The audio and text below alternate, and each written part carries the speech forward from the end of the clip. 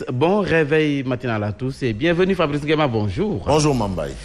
Et la pluie. Mais bien entendu, on a une autre dose de pluie, il a plu pour beaucoup, toute la nuit je crois, je suppose, en tout cas à partir de 1h du matin, parce que ne soyez pas surpris que même ceux qui se lèvent tôt le matin puissent dormir au-delà de minuit, ça arrive. Ça arrive parce que vous savez, ça s'accélère de plus en plus et puis on travaille à tout temps. Donc quand même, il faut dire qu'il a plu. C'est une bonne chose pour les uns, une mauvaise chose pour les autres. Là, on imagine un peu les conséquences au plan du transport. Ce sera assez compliqué. On imagine un peu ce que... Tu m'as vu ce matin, en mode jean. Il était en jean, il a débarqué comme un Fachman. Bon, bref. De toutes les façons, c'est ça, il faut s'adapter aussi. Imaginez un peu ceux qui quittent certains coins et recoins, parce qu'aujourd'hui, Dakar a dépassé les limites de Dakar. Il y a des gens qui quittent presque la région de Thiès tôt le matin pour venir travailler à Dakar.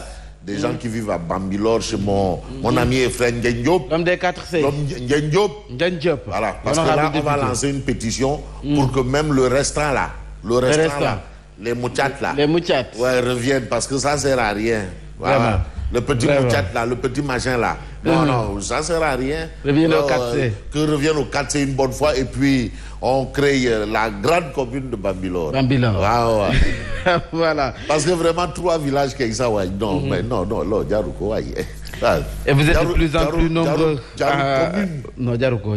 Ah non, Djarouko commune. Il y a 10 villages. Bon, bref, en tout cas, nous beaucoup zone. Et puis c'est important quand même d'encourager cet homme-là. L'homme des 4C. Ah oui, parce que actuellement, Ndiaye est en train de construire un marché à Bambilor. Sur financement propre de la mairie.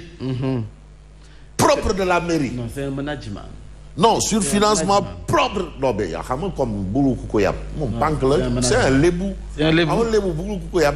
Banque. Alors, tout comme Bamba Fala. Bamba partout. Non, lui c'est. Bamba fait, Bamba est. Non, lui c'est l'international universel. Universel. Mondial. Ah non, mondial. Le maire des maires. Ouais. Le maire Khadif général Kouloumer. Voilà, Bamba. Le Tourundo de Borom Magal, le plus grand Magal de l'Afrique de l'Ouest. C'est lui. Bamba.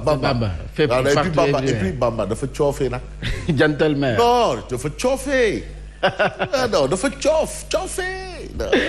C'est le gentleman. Sans oublier. Non, sans oublier l'édile de la ville de Rufisque. Ah non, prompt rétablissement. Tons sera, je vous donne rendez-vous, Rufisquois et Rufisquoises. Lundi, à l'heure où blanchit la campagne, Tons sera à la mairie. Oui. Tons, oui. Le grand retour. Tout est prêt. Le retour de Tons, saillirement et bâtiment. Non, tout. On sera venu sauve, dioutir, tout.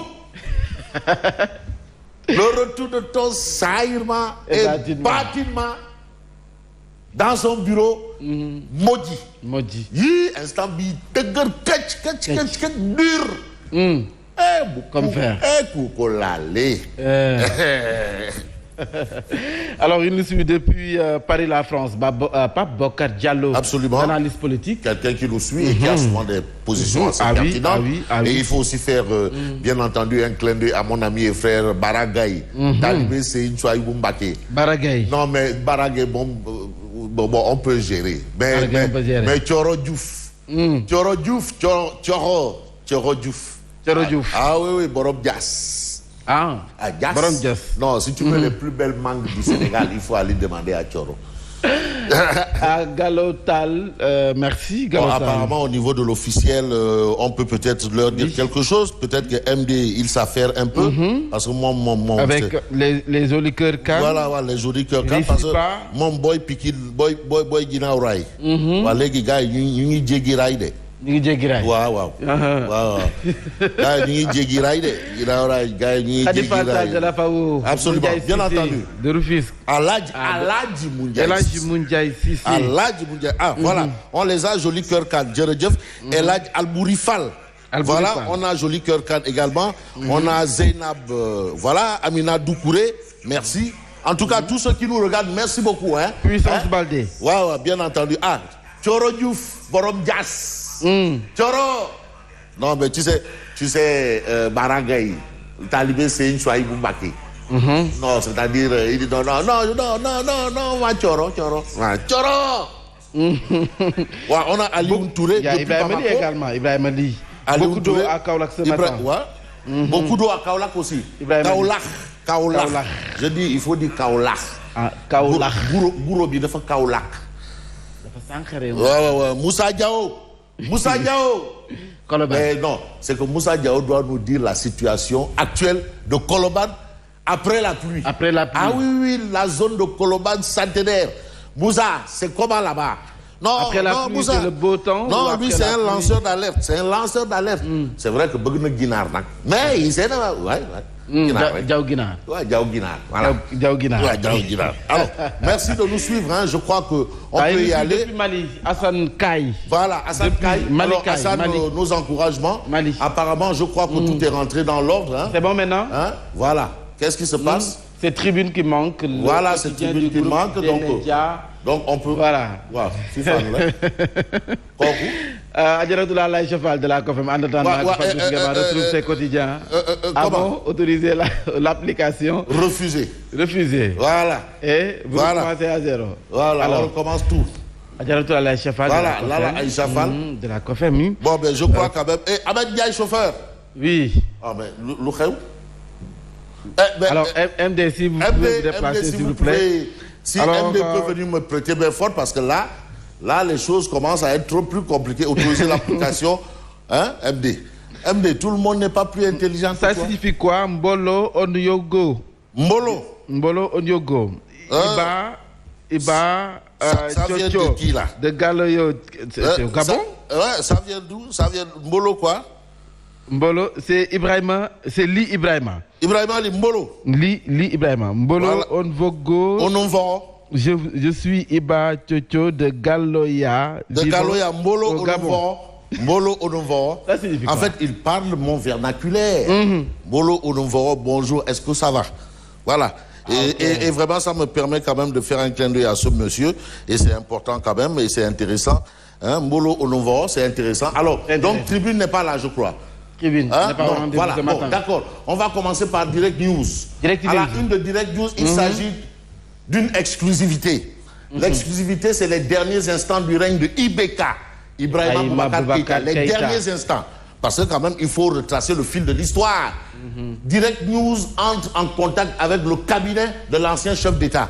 Son cabinet. Et qu'est-ce qu'on retrouve? Plus de 10 heures de pourparlers. IBK tente de convaincre les mutins de ne pas faire basculer le Mali dans un nouveau coup d'État.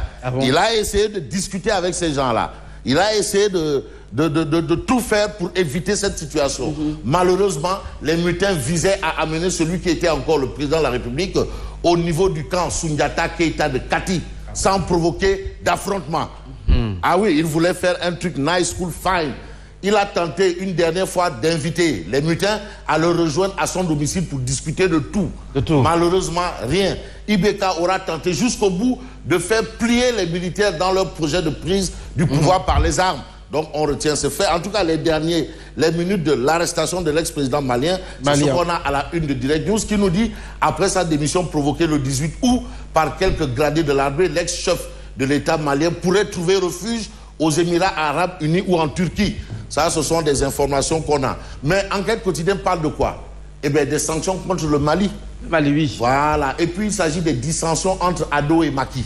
Tu sais, Ado, lui, il veut que, bon, écoutez, il faut l'embargo. Le Mali, on l'isole. Il est strict. Mais Macky, ça dit dette.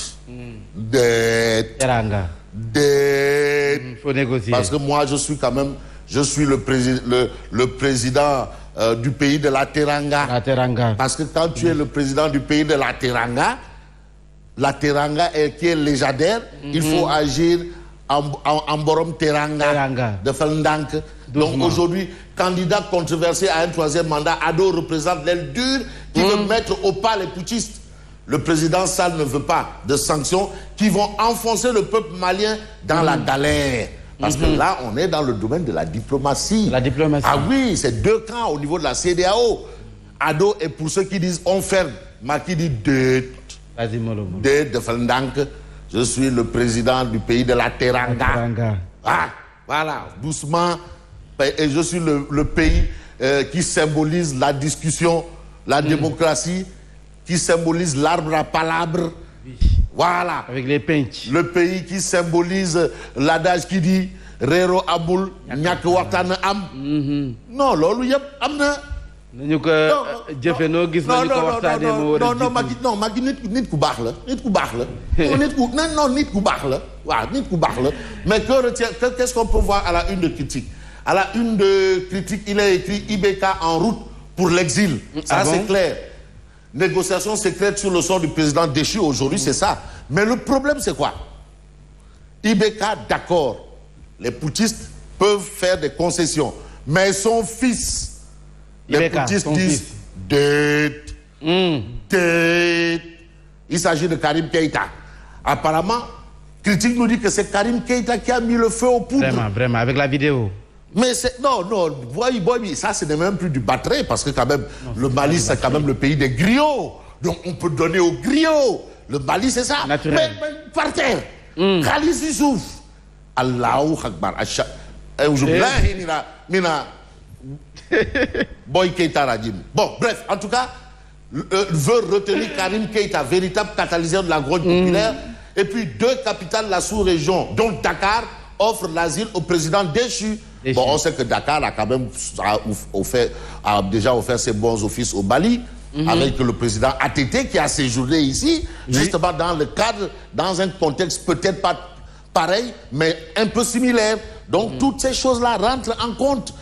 Et puis Macky ne peut pas avoir une posture radicale. Non. Ah non. Parce que quand même, Teranga file... Mais il est obligé d'agir à la Teranga sénégalaise. À la Teranga, parce qu'il incarne la Teranga sénégalaise. C'est le pays de la